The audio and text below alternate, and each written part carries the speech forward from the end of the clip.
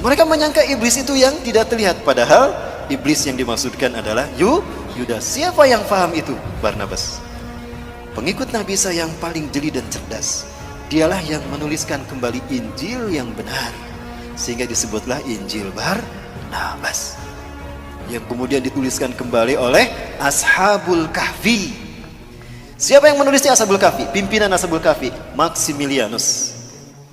Bapak Ibu yang dirahmati Allah, terungkap semua misteri ini kan, semua fitnah sejak zaman Nabi Musa sampai Nabi Isa.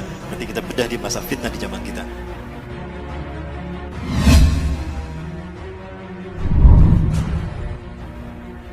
Dia Dajjal. Di zaman Nabi Isa berganti nama menjadi Yudas Iskariot.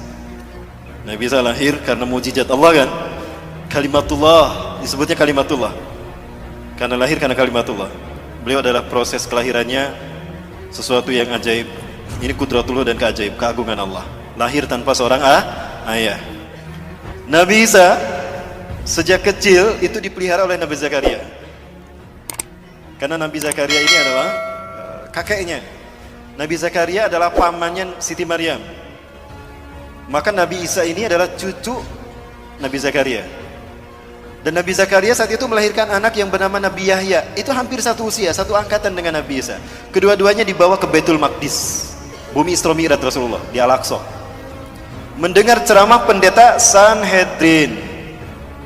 Pendeta Sanhedrin inilah pendeta yang memalsukan Taurat menjadi Talmud. Apa yang mereka lakukan? Yuharifunal kalima am-mawadih. Dia menghapuskan satu ayat dari tempatnya. Summa yaktubunal kitaba biaidihim, lalu dia menulis ayat dengan tangannya sendiri. Summa yaquluna hadza min indillah, kemudian dia mengatakan ini datang dari Allah. Wa ma huwa min indillah, padahal itu bukan dari Allah. Maka setiap kali mereka ceramah tentang inilah Bapak Ibu Taurat yang Allah turunkan pada kita, itu di Masjidil Aqsa, itu di Baitul Maqdis. Nabi Isa saat itu usianya baru 9 tahun. Nah, Nabi Isa dibawa sama Nabi Zakaria ke Baitul Maqdis, mendengarkan ceramahnya pendeta Sanhedrin tentang Taurat. Ketahuan sama Nabi Isa yang seusia ini, loh kok Taurat kayak gitu? Itu bukan Taurat. Langsung Nabi Isa seusia dedek ini naik ke atas bangku, langsung tolak pinggang. Wailun lakum in tahu an hadhil mushkilah. Celaka kalian, berhenti dari kebusukan kalian. Innakum tuharifuna al-kalima am-mawadih. Kalian telah merubah satu ayat dari tempatnya. Itu ayat kalian sendiri yang ngarang. Taurat demi Allah, bukan demikian. Aku Isa bin Maryam, Nabi dan Rasul Allah. Allah mewahyukan kepadaku bukan hanya Injil tapi juga Taurat. Taurat yang kalian maksudkan harusnya begini, bla bla bla bla bla. Setiap kali ceramah pendeta Sanhedrin itu dibantah sama Nabi Isa. Setiap kali pendeta Sanhedrin ceramah, Nabi Isa membantahnya karena mereka membohongkan Taurat. Maka apa yang terjadi? Wah, itu para pendeta Sanhedrin kumpul tuh. Ini anak iki bocah, kalau dibiarin tekor kita. Ketahuan bohongnya kita kan? Jadi gimana? Bunuh dia. Kita ini pesuruh Tuhan, gak mungkin kita membunuh orang manusia, apalagi dia Nabi dan Rasul. Gampang, bukan kita yang membunuhnya. Kan kita sudah terbiasa mengarang cerita. Bikin aja cerita. Cerita apa? Cerita Tuhan bingung. Pernah dengar doktrin Tuhan bingung? Dari sinilah lahirnya keyakinan agama Kristen hari ini. Dikarang cerita Tuhan bingung, disebarkan kepada manusia, maka jadi agama sekarang. Kenapa Tuhan bingung? Bingung mikirin Nabi Adam. Udah jelas jangan dipetik tuh buah pohon kayu, dipetik sama Siti Hawa kan, lalu dimakan. Tuhan marah saat itu, Tuhan murka. Ketika Tuhan akan menghukum Adam, aduh kasihan Adam. Adam tuh manusia. Jangankan Adam, alam semesta aku sentil hancur, apalagi Adam. Maka bingung Tuhan. Kok Tuhan bingung? Inilah jahatnya, inilah sesatnya mereka. Akhirnya Tuhan menemukan ide. Eureka, kata Tuhan. Aku ini kan Tuhan. Tuhan immortal, tidak mati. Kalau gitu aku saja yang dihukum. Bapak Ibu, saya sedang menceritakan satu mata ini. Dan ini Dajjal. Kita tahu pada akhirnya Samiri di zaman Nabi Musa Dajjal, dan di zaman Nabi Isa Dajjal berganti nama Yudas. Kenapa dia berganti nama? Untuk menyembunyikan identitasnya, dan dia berganti-ganti kostum. Inilah Dajjal. Lalu kapan nanti Dajjal muncul? Saya sampaikan untuk masa kita ya Bapak Ibu sekalian. Hanya Allah yang tahu. Rasulullah memberikan ciri-cirinya. Nah, ciri-ciri itu yang akan kita bahas tuntas. Tuhan Bingung tadi, Tuhan bingung tadi. Akhirnya gimana? Aku kan Tuhan, aku tidak mati. Kalau gitu aku saja yang menggantikan Adam, jangan Adam yang dihukum. Jibril, sini Jibril. Catat Jibril, bikin maklumat Tuhan. Baik Tuhan, Jibril buka laptop, ketik tuh maklumat Tuhan _2. Sampun Tuhan. Tulis Jibril, nomor 1, Tuhan menjelma menjadi manusia. Ilahul Mubasyar. Baik Tuhan, maklumat Tuhan _2. Nomor 1, Tuhan menjelma menjadi manusia. Saya siap membantah, menghujahkan ini. Jika ada orang-orang non-muslim, Kristen yang tersinggung, silakan berdebat dengan saya. Ini studi saya Bapak Ibu tentang Kristologi. Ya. Kemudian apa? Ketika Tuhan berpikir akan menjelma menjadi manusia, Tuhan bingung bagaimana turun ke bumi. Kalau turun begitu saja simsalabim, tring ada, manusia nggak akan percaya. Oh, berarti Tuhan harus menjelma menjadi manusia, lahir secara normal. Jibril, nomor 2 Jibril. Baik Tuhan, apa Tuhan? Tuhan lahir secara normal. Baik, maklumat nomor 2, Tuhan lahir secara normal. Bingung lagi Tuhan, kalau Tuhan lahir secara normal, lah siapa wanita yang layak melahirkan Tuhan? Jibril ngasih masukan sama Tuhan. Masya Allah, inilah jahatnya, sesatnya Sanhedrin. Ini mereka mengarang cerita ini. Tuhan, boleh saya interupsi ngasih masukan? Oh, apa itu Jibril? Gini Tuhan, Engkau pernah mengutus saya ke Bethlehem, ke Nazaret. Di Nazaret ada seorang wanita suci Tuhan. Dia belum pernah mengotori dirinya dan kesuciannya. Hidupnya hanya untuk ibadah kepadamu Tuhan. Siapa Jibril? Masa Tuhan tidak tahu? Nah ini sesatnya mereka kan. Apa kata Jibril? Maryam Tuhan, Maryam binti Imran. Dia wanita yang hidupnya suci hanya untuk beribadah padamu. Betulkah Jibril? Iya Tuhan. Aneh, Tuhan tidak tahu. Kurang update rupanya Tuhan dalam cerita ini. Maka apa kemudian kata Tuhan? Jibril, ihbit ilal kulli Maryam li'annani sa'anfuh min ruhi ilaiha. Jibril, turun kamu ke Maryam, sampaikan pada Maryam, kalau aku akan meniupkan sebagian ruhku ke dalam rahimnya. Maka Maryam pun hamil mengandung Yesus Kristus, melahirkan sang penebus dosa. Tuhan lahir menjelma menjadi manusia untuk menebus dosa Adam. Artinya menebus dosa manusia. Maka Tuhan harus mengorbankan dirinya demi dosa, menebus dosa manusia, agar bukan manusia yang dihukum. Inilah cinta kasih Tuhan. Betul tidak Bapak Ibu? Dari sini lahir doktrin agama ini kan? Allahu Akbar. Cerita ini pun dikarang, disebarkan kepada raja-raja Herodes, raja-raja Romawi. Yang terhasut saat itu adalah Herodes. Maka semuanya faham kalau Nabi Isa itu adalah Tuhan yang menjelma menjadi manusia. Makanya mereka mengatakan Innallaha Isa ibnu Maryam. Laqad kafara alladziina qalu Innallaha Isa ibnu Maryam. Surat Al-Maidah ya. Sungguh kafirlah orang yang mengatakan Allah itu Isa bin Maryam. Nah ini dari kalangan orang-orang ini, pendeta Sanhedrin yang di zaman Nabi Zakaria mereka memasukkan Taurat menjadi Talmud. Dan ini bujuk rayu siapa? Dajjal. Kemudian Bapak Ibu yang mati Allah, maka ketika cerita ini disebarkan, fahamlah Nabi Isa kalau nyawanya terancam. Maka Nabi Isa pergi meninggalkan Palestina, meninggalkan Yerusalem, meninggalkan Al-Quds, mengembara. Saat itu usianya genap 12 tahun. Mengembara Nabi Isa alaihissalam, ada satu kaum di mana kaum itu banyak yang buta sejak lahir, diobatin oleh Nabi Isa alaihissalam. Bismillahirrahmanirrahim. Diusap, sembuh. Masaha yamsahu masihan wa mashatan. Mashan wa mashatan. Diusap, mengusap itu masaha. Maka orang yang mengusap disebut masihun al-masih. Man anta? Kaifa tastati an tuslih hadzal ain? Siapa Anda? Bagaimana Anda bisa menyembuhkan kedua mata saya ini? Aina ya? Apa kata beliau? Aku Isa bin Maryam, aku Nabi dan Rasulullah. Berimanlah kepadaku. Engkau Nabi dan Rasulullah? Iya. Allah telah mengutusku menjadi Nabi dan Rasul bagi kalian. Dijelaskan dakwah Nabi Isa, berimanlah mereka. Salah satu dari mereka yang beriman bernama Barnabas. Mengembara lagi. Ketika mengembara lagi ada pula kemudian ada yang beriman lagi. Di antara mereka ada yang penyakit sopak belang, diusap oleh Nabi Isa. Bismillah, dengan kodrat Allah, dengan izin Allah sembuh tuh. Bismillahirrahmanirrahim. Masaha yamsahu, diusap, sembuh. Siapa Anda? Kenapa Anda bisa menyembuhkan? Demi Tuhan, bukan manusia yang bisa menyembuhkan ini. Aku manusia, aku Isa bin Maryam. Hati-hati, aku Isa bin Maryam, Nabi dan Rasul kalian. Dakwah mereka, didakwahi mereka sama Nabi Isa. Berimanlah mereka. Salah satu di antara mereka bernama Yakobus. Terus berdakwah tuh kemana-mana. Di antara mereka beriman semua. Kemudian ada 12 orang. Ada 12 orang yang kemudian menjadi murid Nabi Isa alaihissalam. Kemanapun Nabi Isa pergi, mereka menemaninya. Itulah yang kita kenal dengan sebutan Hawariyun. 12 orang. Nah, ini Bapak Ibu sejarah Nabi Isa. Nah, Dajjal masuk ke tengah-tengah Hawariyun. Jumlah mereka yang tadinya 12 menjadi 13. Siapa dia? Yudas Iskariot. Dajjal dia, Bapak Ibu. Hati-hati kalian, iblis telah masuk ke tengah-tengah kalian, kata Nabi Isa. Hati-hati, iblis ada di tengah-tengah kita. Mereka menyangka iblis itu yang tidak terlihat, padahal iblis yang dimaksudkan adalah Yudas. Siapa yang paham itu? Barnabas. Pengikut Nabi Isa yang paling jeli dan cerdas. Dialah yang menuliskan kembali Injil yang benar, sehingga disebutlah Injil Barnabas, yang kemudian dituliskan kembali oleh Ashabul Kahfi. Siapa yang menulisnya? Ashabul Kahfi. Pimpinan Ashabul Kahfi, Maximilianus.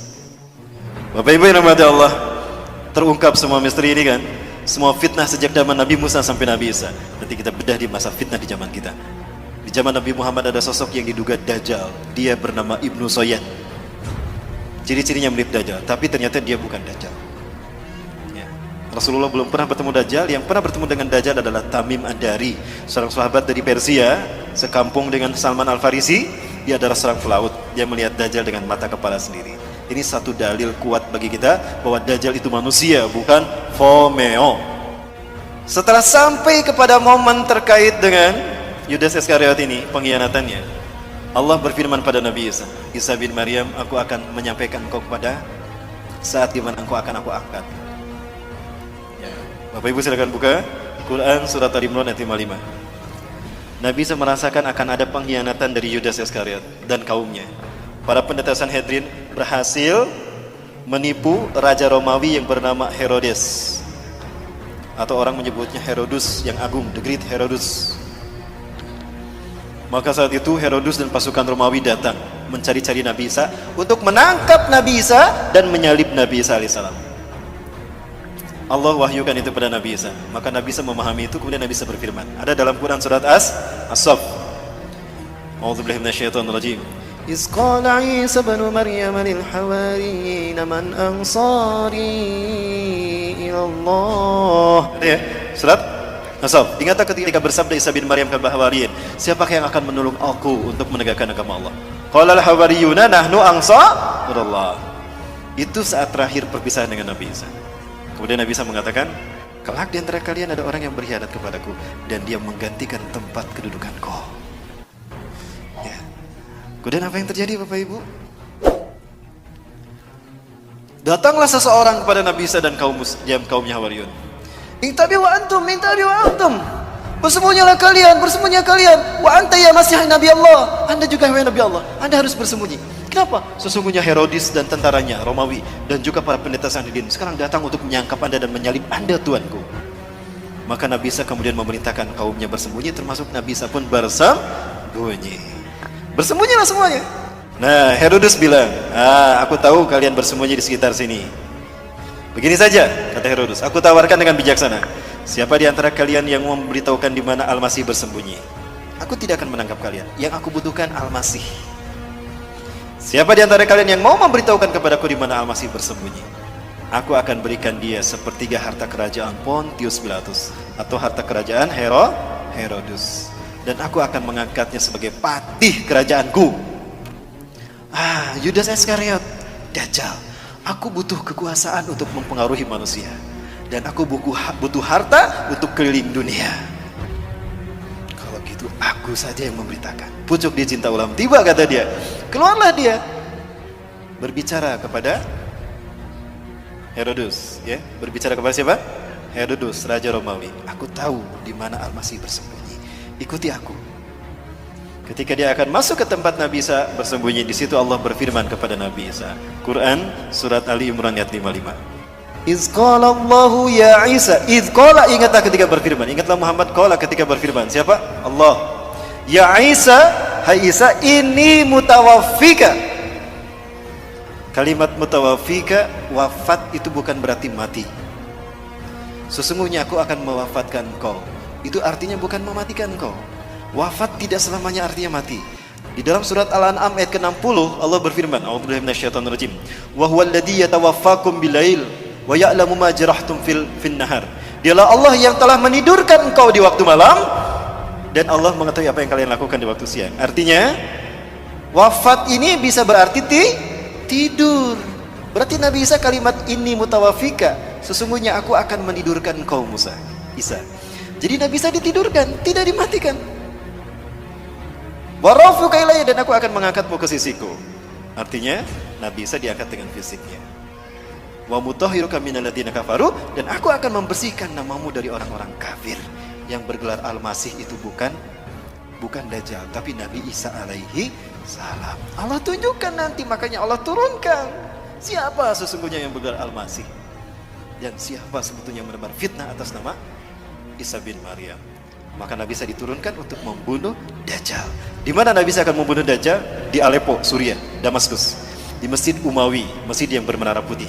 Saat itu kaum muslimin akan melaksanakan salat subuh berjamaah.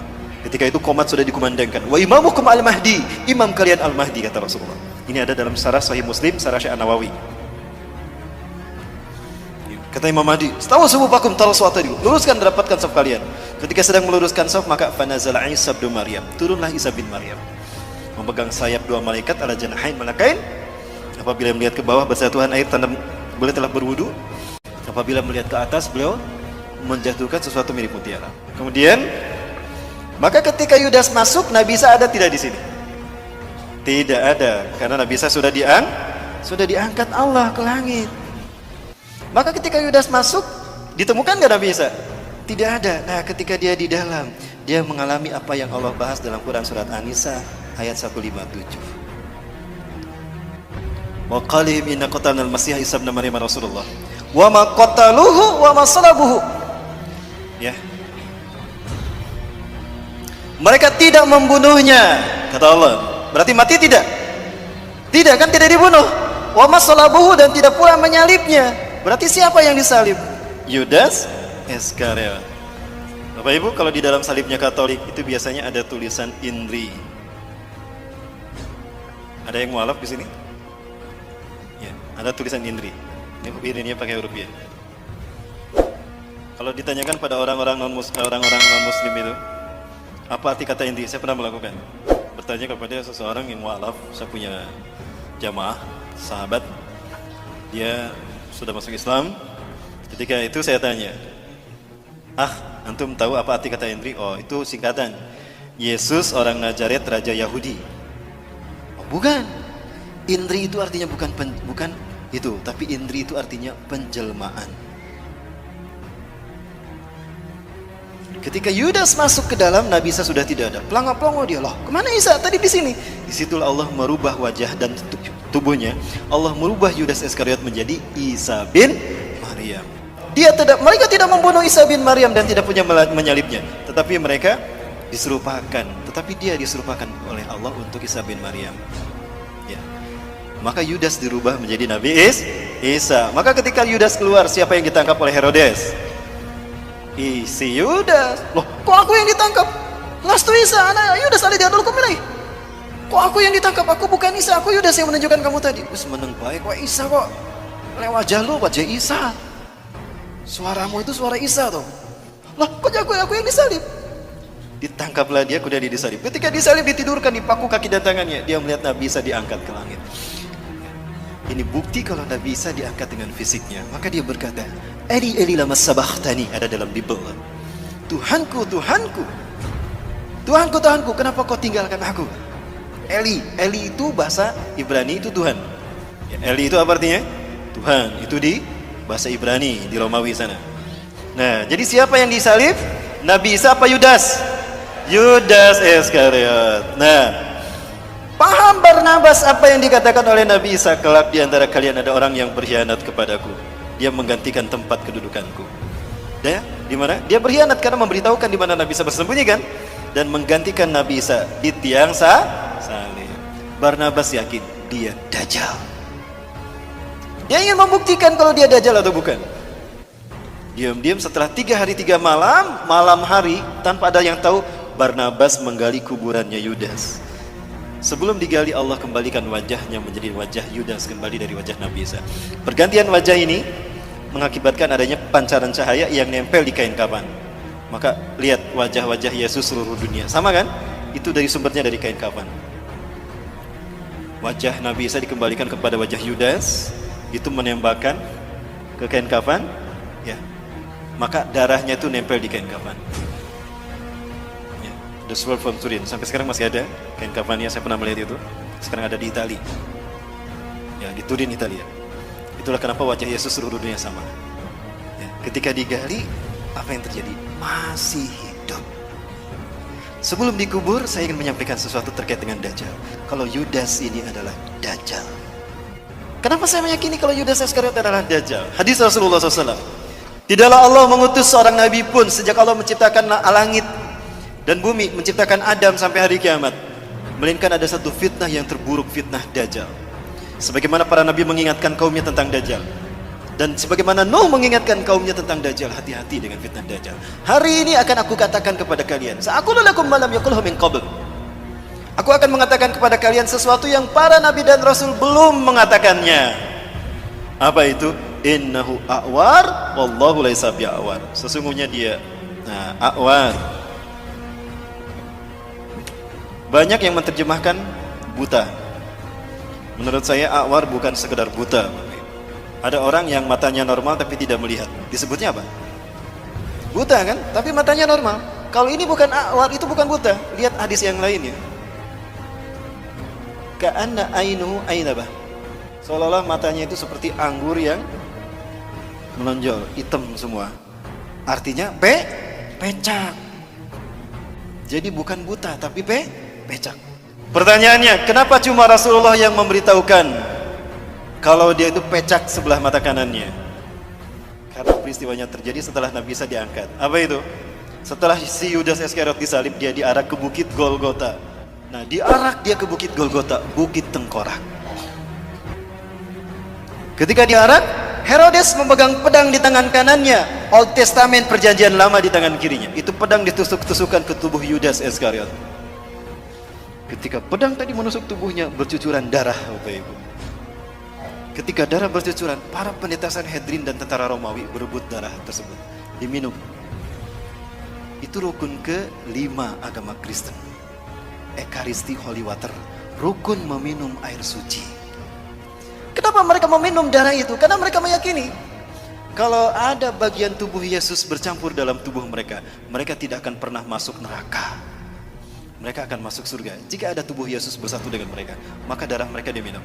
Itu menjadi rukun ke-5 agama Kristen. Ekaristi Holy Water. Kalau Bapak Ibu masuk ke dalam gereja, ada patung Bunda Maria atau patung Yesus, di depannya ada seloki, ada air warna merah darah. Banyak pedang yang menusuk tubuhnya, dagingnya terkelupas, darah dagingnya diambil dimakan. Rukun ke-3 agama Kristen, Ekaristi Gusti Kudus. Selesai kebaktian, mereka berbaris untuk keluar, pendeta pegang, pastor pegang nampan di depannya kan, bagi-bagi kue kecil. Nah, salah satu tusukan pedang itu menusuk mata kanan Yudas Iskariot. Inilah yang Rasulullah katakan, hari ini aku akan beritakan pada kalian sesuatu tentang Dajjal yang para nabi belum memberitahukannya. Dia itu pecak sebelah mata kanannya, dan Allah tidak pecak. Kenapa cuma Rasul yang memberitahukan? Karena hilangnya mata kanan Dajjal, rusaknya mata kanan Dajjal terjadi setelah Nabi Isa diangkat. Jadi siapa yang memberitahukan kepada umat manusia berikutnya? Nabi Muhammad SAW. Jadi siapa yang disalib?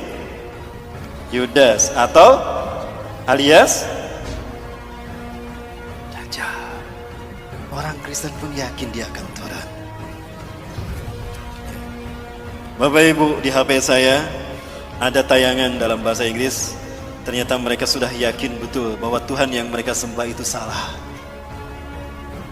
Bahwa Tuhan yang mereka sembah itu ternyata adalah dalam menurut umat Islam. Dan mereka yakin sebentar lagi Isa yang sesungguhnya, the truth, Al-Masih will come to kill this Antichrist.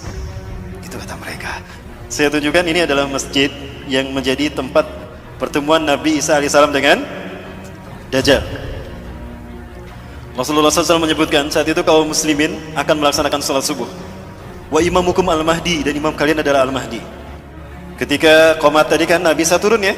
Nah, Nabi Isa turun. Di mana turunnya? Di masjid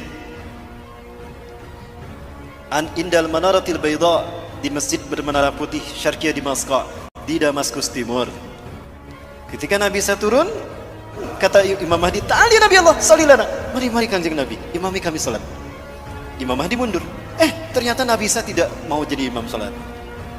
Didorong tuh Imam Mahdi oleh Nabi Isa. La taqaddam hadhihi uqimat laks. Ya. Tukrimatullah la hadhihi ummah inna ba'dakum li ba'din umara. Tidak, qomat ini untuk Anda. Maju ke depan.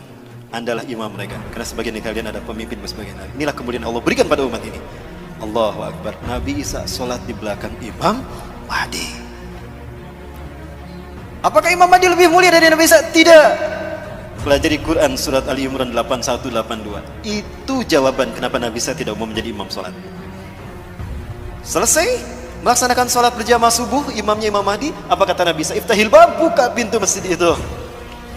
Ketika dibuka pintu masjid ini, ternyata tampaklah Dajjal dengan 70.000 Yahudi Isfahan, dari lembah Isfahan, Iran.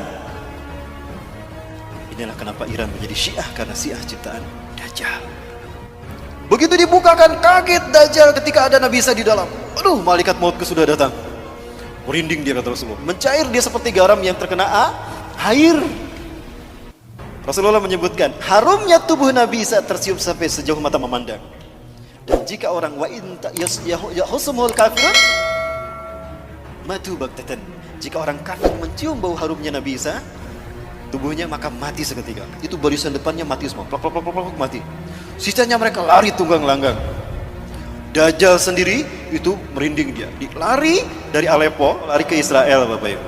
Cepat dia larinya. Begitu lari ke barat ada Nabi Isa. Aduh, ada Nabi Isa. Lari ke timur ada Nabi Isa. Lari ke utara ada Nabi Isa.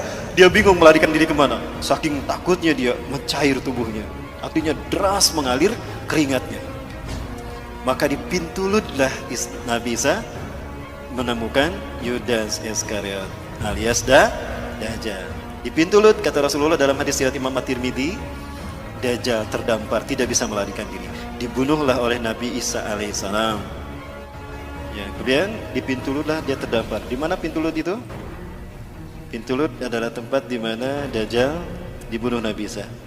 Ini kata Rasulullah di dalam hadis riwayat Imam Al-Hakim dalam kitab Al-Mustadraknya.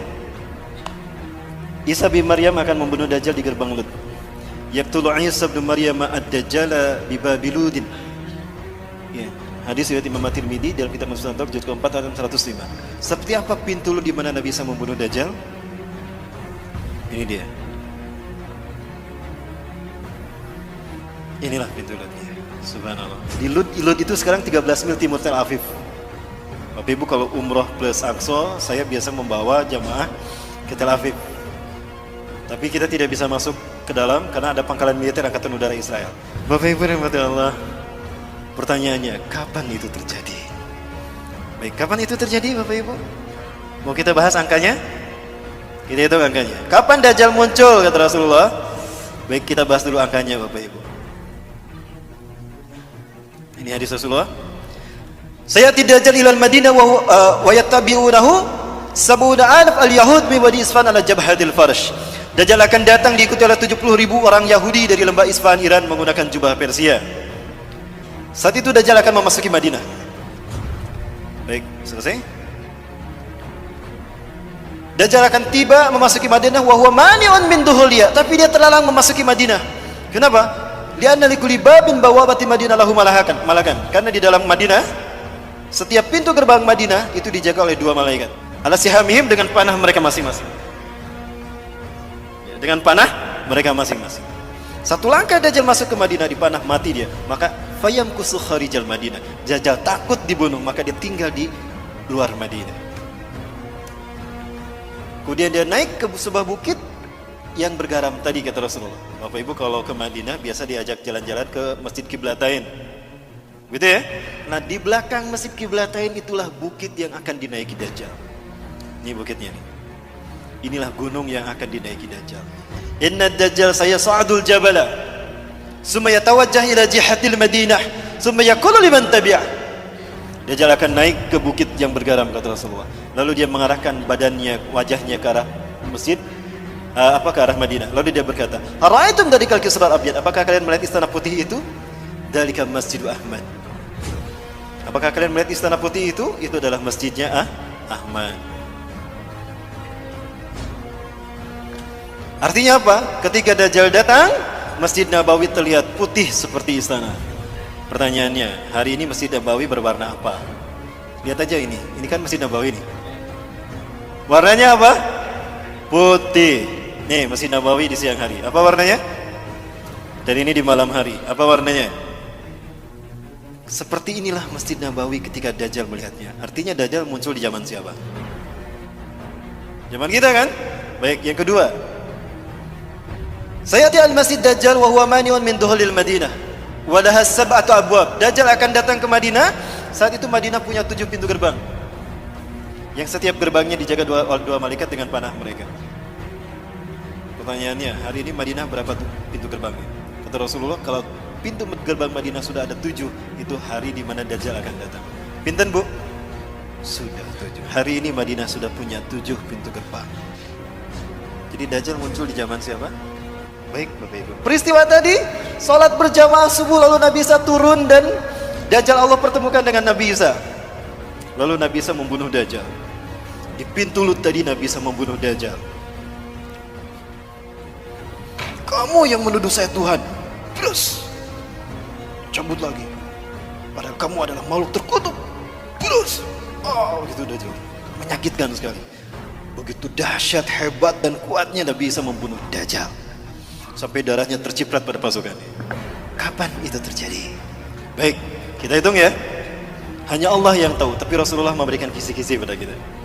100 tahun sekali Allah akan membangkitkan seorang mujadid reformis. Bukan Nabi, bukan Rasul, tapi mujadid yang tugasnya satu, membersihkan Islam dari ajaran sesat. Islam bersih sebagaimana Rasulullah dan para sahabat dulu. Kemudian Imam Mahdi ini, mujadid ini akan membuat Islam memimpin dunia. Seluruh dunia akan dipimpin oleh Islam. Itu 100 tahun sekali terjadinya setelah Rasulullah wafat. Pertanyaannya, abad kejayaan Islam sebelum kita siapa? Turki Utsmani. Turki Utsmani berakhir di tahun berapa? 1924. Baik, andaikan ini abad kejayaan Islam sebelum kita. Sepakat ini abad kejayaan Islam sebelum kita? Tambah 100, berapa? Berapa? 2024. Saya kira tahun pinten Mas? 2019. Berapa tahun lagi? 5 tahun lagi. 5 tahun lagi? Berarti ini adalah tahun tersulit bagi kita tinggal di muka bumi. Bapak Ibu sekalian, 5 tahun ini saya potong menjadi 3. Kenapa 3? Ini kata Rasulullah dari hadis riwayat Abi Umamah.